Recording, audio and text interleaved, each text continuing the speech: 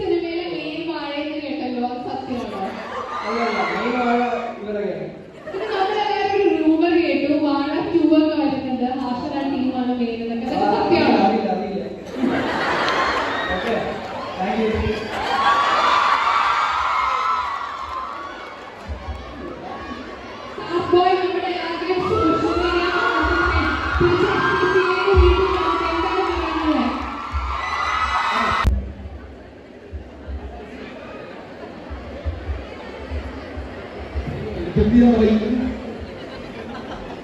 actually നിങ്ങളുടെ കേരളത്തിൽ